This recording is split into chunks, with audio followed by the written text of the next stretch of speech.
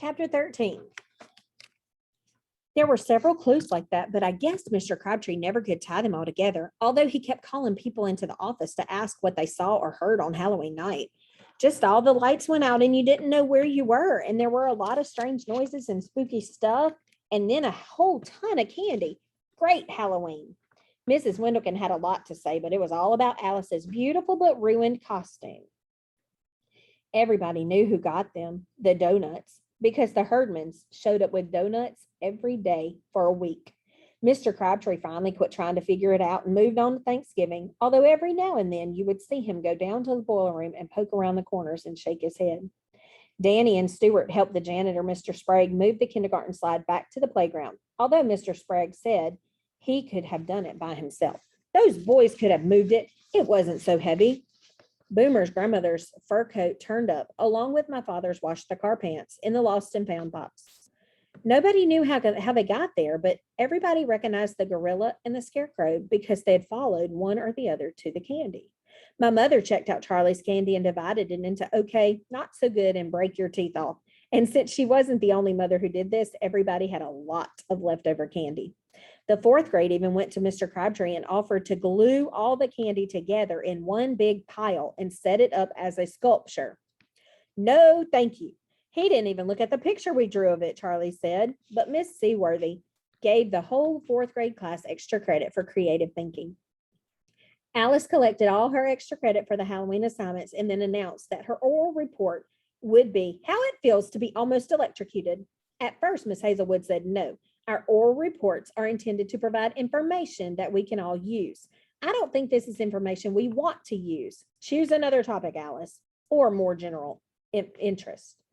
Actually, near electrocution, Alice's was the most interesting topic anyone could think of, maybe. Alice got to give her report, which was very long and very boring. Who but Alice, you had to wonder, could make electrocution boring? Then came the big surprise.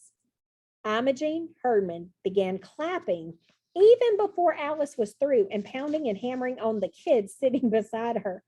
I couldn't help it, Lewis said. She had me by the ears and she would have twisted them off. All she said was, you better clap or you'll have 2 new holes in your head. Naturally, Lewis clapped along with Imogene's other neighbors, and they kept on clapping until Miss Hazelwood finally came and said, very well, that will be enough. At recess, I found Imogene and her sack of donuts. They had to be pretty stale by then, but they'll make good rocks, she said. You must have really liked Alice's report. Who cares if her ears sizzled and her toes turned blue? That didn't happen. She never said it did. Would have made a better story. Imogene, you didn't even listen to her report. So what was all the clapping about? We owe her. She blew out the lights. I guess the Herdmans didn't think of that.